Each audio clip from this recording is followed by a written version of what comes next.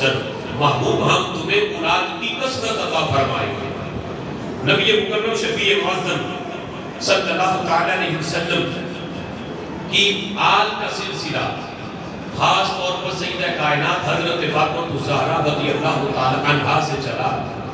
سید آج انہیں کہا جاتا ہے جو سیدہ کائنات کے بدن سے ہو اور حضرت مولا علی رضی اللہ تعالی عنہ کی اولاد ہو، یعنی حضرت مولا علی اور سیدہ کائنات کے بدن سے جو پیدا ہوئے۔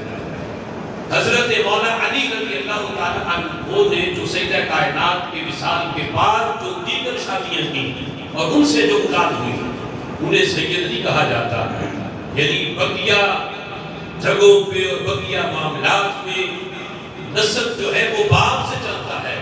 یہ سیدہ کائنات کی شان ہے کہ سادات کا جو نسب ہے وہ سیدہ کائنات سے چلتا ہے۔ میرے آقا علیہ السلام ارشاد فرماتے ہیں انا واہل بیتی شجرۃ فی الجنہ واغصانها فی الدنیا ومن شاء اتخذ الی ربہ سبیلا۔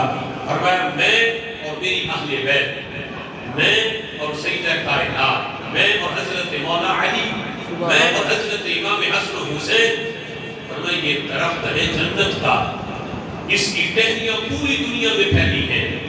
ٹہنیوں سے مراد نبی پاک علیہ السلام کی آن وہ صدات جو کائنات کے چپے چپے پہ موجود ہیں۔ سوال یہ تھا کہ جب درخت جنت کا ہے تو ٹہنیاں بھی جنت میں ہوتی، انہیں دنیا میں کیوں رکھا گیا؟ میرے آقا فرماتے ہیں اللہ تک جانا بڑا مشکل تھا، جنت کا راستہ مشکل پڑا تھا، اللہ نے ٹہنیاں دنیا میں پھیلا دی ہیں، جو ٹہنیوں کو تھام لے گا جنت جانا آسان بن جائے گا۔ سبحان اللہ۔ جنت کا راستہ آسان بنا ہے تو یہ شجر فاطمہ الزہرا کا صدقہ ہے، حضرت فاطمہ الزہرا رضی اللہ تعالی عنہا کا صدقہ ہے کہ آپ کی اولاد ہوئی وہ ٹہنیوں کی صورت میں اللہ نے دنیا میں پھیلائیں۔ اب ان کا جو دامن تھامے گا رب ذوالجلال